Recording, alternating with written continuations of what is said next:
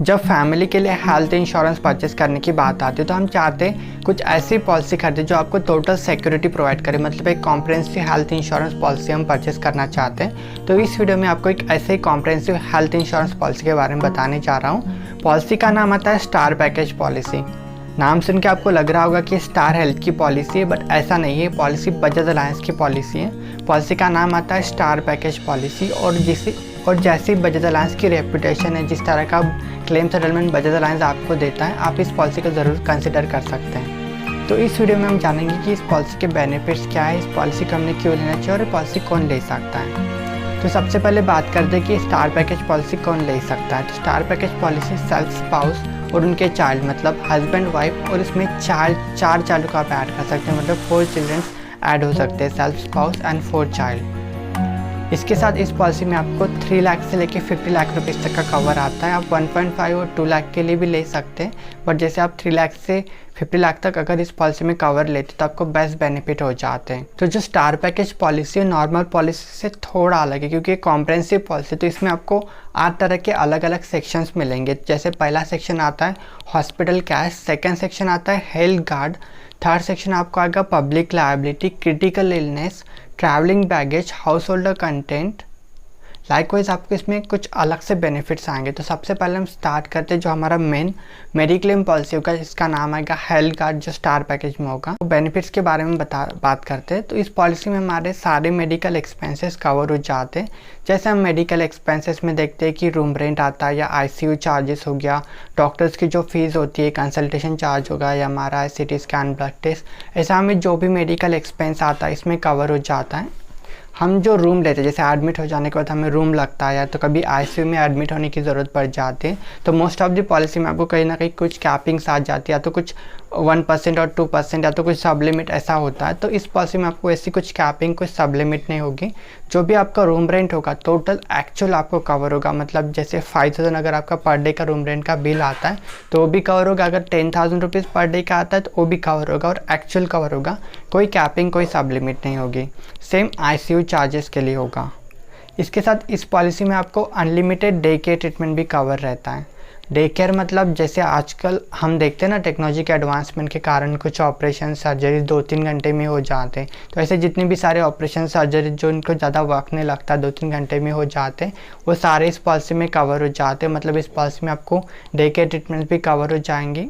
इसके साथ इस पॉलिसी में आपको प्री हॉस्पिटलाइजेशन कवर रहता है और पोस्ट हॉस्पिटलाइजेशन कवर रहता है।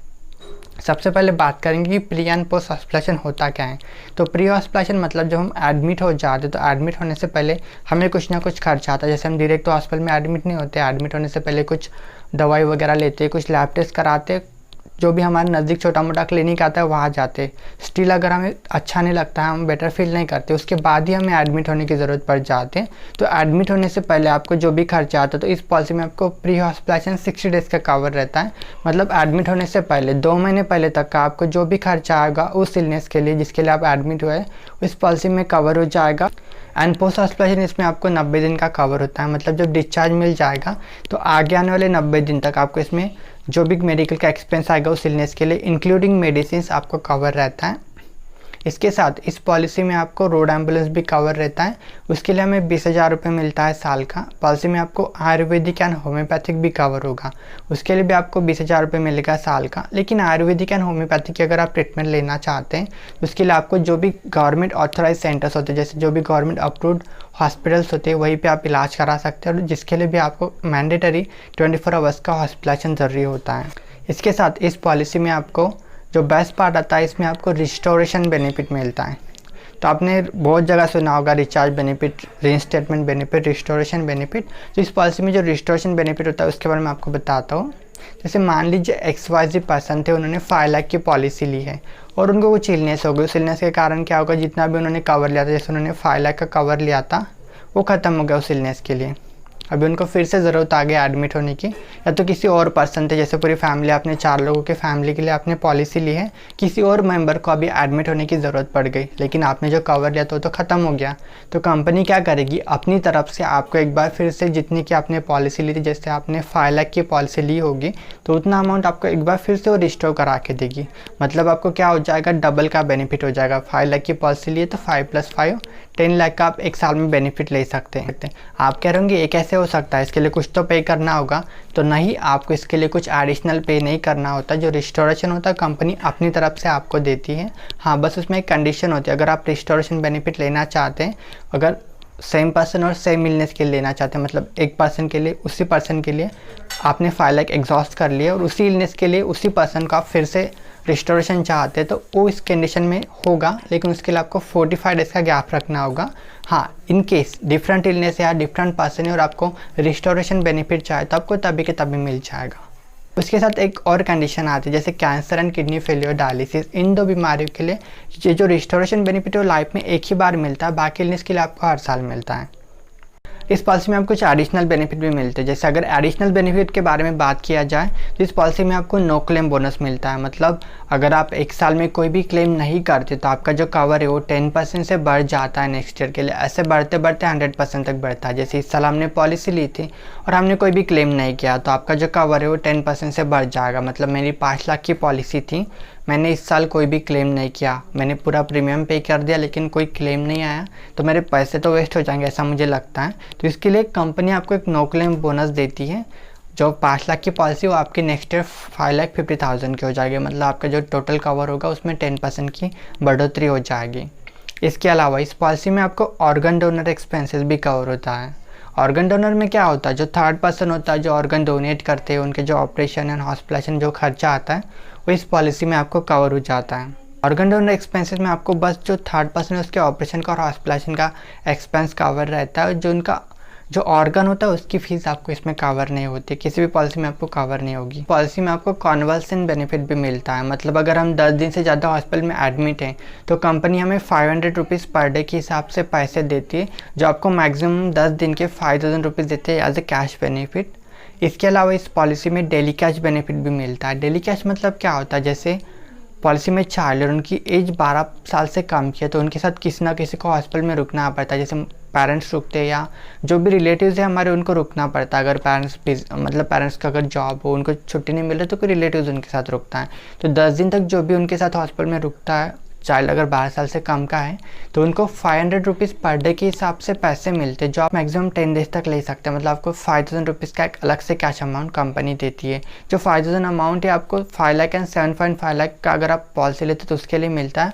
अगर आप 7.5 लाख के ऊपर का पॉलिसी लेते हैं 50 लाख रुपीज़ तक का, तो उस केस में आपको 7,500 रुपीज़ पर डे 7,500 रुपीज़ मिलता है 10 दिन का। सारी बातें तो हो गई मेडिक्लेम से रिलेटेड, लेकिन जैसे मैंने आपको बताया था कि कॉम्प्रिहेंसिव पॉलिसीज़ में आप कुछ एडिशनल बेनिफिट मिलते हैं, पूरी फैमिली की आपको टोटल सिक्योरिटी हो जाती है। तो इसमें जो एडिशनल बेनिफिट्स मिलते हैं उसके बारे में बताता हूँ। जैसे मैंने अभी आपके हेल्थ गार्ड के बारे में तो बताया, जिसमें आपको पूरी टोटल मेडिक्लेम की सिक्योरिटी हो जा रही है।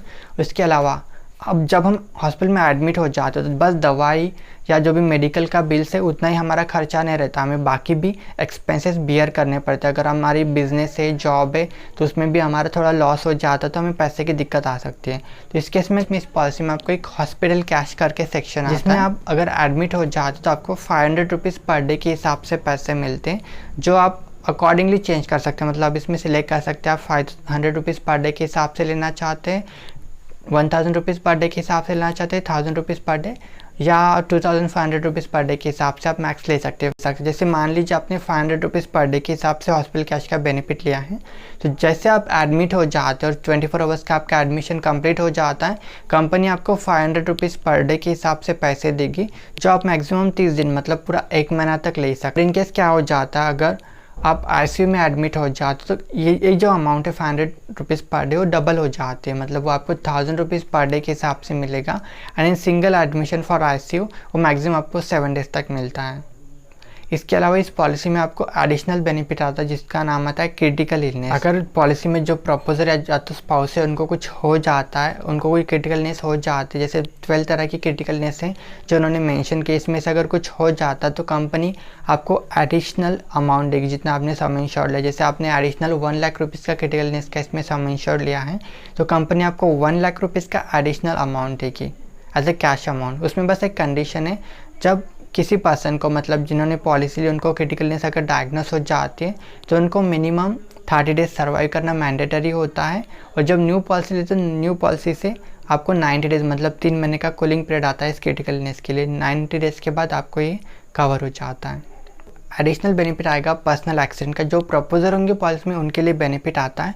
तो इस पॉलिसी में कैसे होता है, जैसे अगर एक्सीडेंट के कारण हमें कुछ हो जाता है तो जब हमने 5 लाख का कवर लिया था मान लीजिए, उसमें तो आपका जो भी एडमिशन होता है वो कवर हो जाता है। लेकिन इन केस अगर एक्सीडेंट के कारण कुछ अनफॉर्चुनेट थिंग हो जाती है, जैसे डेथ हो जाती है, परमानेंट टोटल डिसेबिलिटी हो जाती है या परमानेंट टोटल डिसेबिलिटी हो जाती है, तो कंपनी आपको इसमें 2 लाख रुपीज़ का एडिशनल अमाउंट देगी। मतलब 2 लाख रुपीज़ आपको कैश अमाउंट इसमें मिल जाएगा अलग से। जो आप 5 लाख या 10 लाख जो भी पॉलिसी खरीद रहे वो तो अलग ही है, इसके अलावा इसमें आपको 2 लाख रुपीज़ का एडिशनल कैश अमाउंट मिल जाएगा। इनकेस डेथ हो जाती तो 2 लाख मिल जाते, इनकेस परमानेंट टोटल डिसेबिलिटी हो जाते तो उसका 125% मतलब 2,50,000 रुपीज़ कंपनी देती है। और परमानेंट पार्शियल डिसेबिलिटी हो जाती है तो डिपेंड करता है कौन सी डिसेबिलिटी है, उसके अकॉर्डिंग कंपनी आपको इस पॉलिसी में अमाउंट देता है। जैसे एक हाथ फ्रैक्चर हुआ, एक पैर फ्रैक्चर हुआ, मतलब पैर डिसेबल हो, उसके अकॉर्डिंग कंपनी अमाउंट देगी। इसमें आपको एजुकेशन ग्रांट करके भी एक बेनिफिट आता है। मतलब अगर पॉलिसी में चाइल्ड पढ़ाई कर रहे हैं और जो प्रपोजर उनको कुछ हो जाता है एक्सीडेंट के कारण, डेथ हो जाती है, परमानेंट टोटल डिसेबिलिटी हो जाती है, परमानेंट पार्शियल डिसेबिलिटी हो जाती है, तो कंपनी उनको भी 2 लाख रुपये का एडिशनल बेनिफिट देता है। मतलब अगर एक्सीडेंट के कारण जो प्रपोजर है उनको कुछ हो जाता है तो चाइल्ड को भी एजुकेशन के लिए बेनिफिट मिल जाता है, उनको भी सुरक्षा हो जाती है। इसके साथ पॉलिसी में आपको हाउस होल्डर कंटेंट का भी बेनिफिट आता है। हाउस होल्डर कंटेंट में कैसे होता है, जैसे आपके घर में आग लग गई, चोरी वगैरह हो गई, किसी चीज़ों का नुकसान हुआ तो वो चीज़ें भी कवर रहती है 1 लाख रुपीज़ तक। और इसके अलावा जो लास्ट बेनिफिट इस पॉलिसी में आता है उसका नाम आता है पब्लिक लायबिलिटी। जैसे आप गाड़ी चला रहे थे और गाड़ी चलाते चलाते आपसे एक्सीडेंट हो गया, 3rd पर्सन का नुकसान हो गया, तो 3rd पर्सन भी इस पॉलिसी में आपको कवर रहेगा 2 लाख रुपीज़ तक। तो ऐसे आपको इसमें एडिशनल बेनिफिट आ जाते हैं। मतलब जैसे आपने 5 लाख की पॉलिसी ली तो आपको 7 या 9 लाख के एडिशनल बेनिफिट आ जाते हैं। विद रिस्पेक्ट आपको हॉस्पिटल कैश भी मिल जाता है, मतलब आपको टोटल सिक्योरिटी मिल जाती है। इसमें आपको हॉस्पिटल कैश मिल रहा है, मतलब फाइनेंशियली स्टेबल हो जाता है, मेडिक्लेम मिल रहा है। जब एडमिट हो जाते हैं तो पूरी आपको जब एडमिट हो जाते तो टोटल 100% कवर हो रहा है। उसके बाद आपको क्रिटिकल इलनेस हो जाते तो उसके लिए भी एडिशनल कैश अमाउंट मिल रहा है। अगर एक्सीडेंट के कारण कुछ हो जाता तो उसके लिए भी अलग से कैश अमाउंट आपको मिल जाता है। इसमें चाइल्ड के एजुकेशन की भी आपको सिक्योरिटी हो जाती है। और जैसे आपके कारण अगर किसी का एक्सीडेंट हो जाता है तो वो भी कवर हो जाता है, और घर में कुछ हो जाता है तो आपको होम इंश्योरेंस की तरह इसमें भी आपको कवर हो जाता है। तो ऐसे कुछ आपको एडिशनल बेनिफिट इस पॉलिसी में मिल जाते हैं। ओके, ये सब तो हो गया पॉलिसी के बेनिफिट के बारे में, बट इस पॉलिसी में क्या कवर नहीं होता उसके बारे में जानते हैं। तो पॉलिसी में आपको HIV/AIDS कवर नहीं होता है। कोई सुसाइड का अटेम्प्ट करता है या खुद को सेल्फ इंजरी करके लेता है तो वो पॉलिसी में कवर नहीं होता है। अल्कोहल कंजम्पशन या ड्रग्स कंजम्पशन के कारण किसी को कुछ हो जाता है तो वो पॉलिसी में कवर नहीं होता है। डेंटल और मेंटल ट्रीटमेंट पॉलिसी में कवर नहीं होती। इनकेस एक्सीडेंट के कारण हो जाता है तो वो कवर होता है, अदरवाइज कवर नहीं होता। हमारे रिलेटेड कोई सर्जरी करता है सुंदर दिखने के लिए तो वो पॉलिसी में कवर नहीं होता है। ये सब तो हो गया पॉलिसी में क्या कवर है और क्या कवर नहीं हो गया। But most of the policy में कुछ जनरल एक्सक्लूजन होते हैं जो सारे पॉलिसी में सेम होंगे। जैसे कुछ वेटिंग पीरियड्स होते हैं उसके बारे में बताता हूँ। जब आप स्टार पैकेज पॉलिसी लेंगे, जैसे न्यू पॉलिसी लेते तो आपको फर्स्ट डे से एक्सीडेंट कवर रहेगा। 30 दिन का एक स्टैंडर्ड कूलिंग पीरियड होता है। इसके बाद आपको जो भी नई बीमारियाँ हो जाती है, जो भी न्यू मेडिकल हेल्थ इश्यूज हो जाते हैं आपको कवर हो जाता है, जिसके लिए आप 24 आवर्स का एडमिशन ले रहे हैं। इसके साथ पॉलिसी लेने से पहले अगर किसी कुछ हेल्थ कंप्लेंट होती है, जैसे किसी को ब्लड प्रेशर, डायबिटीज, थायराइड की शिकायत है, किसी को कुछ ऑपरेशन सर्जरी हुआ है, तो ऐसे प्री एग्जिस्टिंग हेल्थ कंप्लेंट के लिए 3 साल का वेटिंग पीरियड होता है और 3 साल के बाद इसमें कवर हो जाता है। कुछ स्लो ग्रोइंग डिसीज़ होती है, हार्निया हो गया, पाइल्स हो गया, कैटरेक्ट हो गया, जो बॉडी में स्लोली ग्रो करती है, उन्हें तभी के तभी इलाज की ज़रूरत भी नहीं पड़ती। इन बीमारियों के लिए आपको 2 साल का वेटिंग पीरियड होता है, 2 साल के बाद कवर होता है। और क्या होता है, जैसे हमारी उम्र बढ़ते हैं तो घुटनों की वगैरह तकलीफें बढ़ जाती है, तो किसी किसी को चाहिए होता है कि आप जॉइंट रिप्लेसमेंट कराना चाहते हैं। अगर आप नेचुरली कराना चाहते हैं तो उसके लिए आपको 3 साल का वेटिंग पीरियड आता है, लेकिन अगर एक्सीडेंट के कारण हो जाता है तो आपको तभी के तभी कवर हो जाता है। जैसे मैंने आपको बताया था कि इस पॉलिसी में बात करेंगे कि पॉलिसी के बेनिफिट्स क्या है, पॉलिसी हमने, उसके बाद हम बात करेंगे पॉलिसी कौन ले सकता है। तो पॉलिसी जिनका एज 18 ईयर्स to 65 ये पॉलिसी को आप ले सकते हैं। आप इसको इंडिविजुअली भी ले सकते हैं, आप इसको फ्लोटर में भी ले सकते हैं। अगर आप फ्लोटर में लेते हैं तो आपको ज़्यादा फ़ायदा हो जाता है, इस पॉलिसी में थोड़ा डिस्काउंट हो जाता है। पॉलिसी में आप 90 डेज से लेकर 25 ईयर्स तक के चाइल्ड को ऐड कर सकते हैं एज अ डिपेंडेंट चाइल्ड। और ये पॉलिसी आप लाइफ टाइम तक रिन्यू करा सकते हैं। मतलब इस पॉलिसी को आप अगर एक बार ले लेते हैं तो आप इसको लाइफ टाइम तक कंटिन्यू करा सकते हैं, आप लाइफ टाइम तक रिन्यू करा सकते हैं। इस पॉलिसी को क्यों लेना चाहिए, तो अगर आप कॉम्पिटिटर्स में देखें, मतलब जितनी अदर कंपनीज पॉलिसी प्रोवाइड करते हैं तो उसमें आपको जो हेल्थ मिलता है, तो इस पॉलिसी में आपको हेल्थ के साथ कुछ एडिशनल बेनिफिट मिल रहे हैं। मतलब एक्स्ट्रा सिक्योरिटी हो जाती है विद हेल्थ इंश्योरेंस, और दोनों का प्रीमियम अगर आप टैली करेंगे तो ज़्यादा डिफरेंस नहीं आता है, सेम ही प्रीमियम आएगा। तो यही इस पॉलिसी की खास बात है कि अगर आप दूसरे पॉलिसीज़ में देखेंगे तो हेल्थ इंश्योरेंस की पॉलिसी जितना ही आपको इस पॉलिसी में प्रीमियम आएगा, प्लस आप कुछ एडिशनल बेनिफिट हो जाते हैं 7 to 9 लाख रुपीज़ के। So hope you find this video helpful. If you find this, please do share, subscribe. Thank you.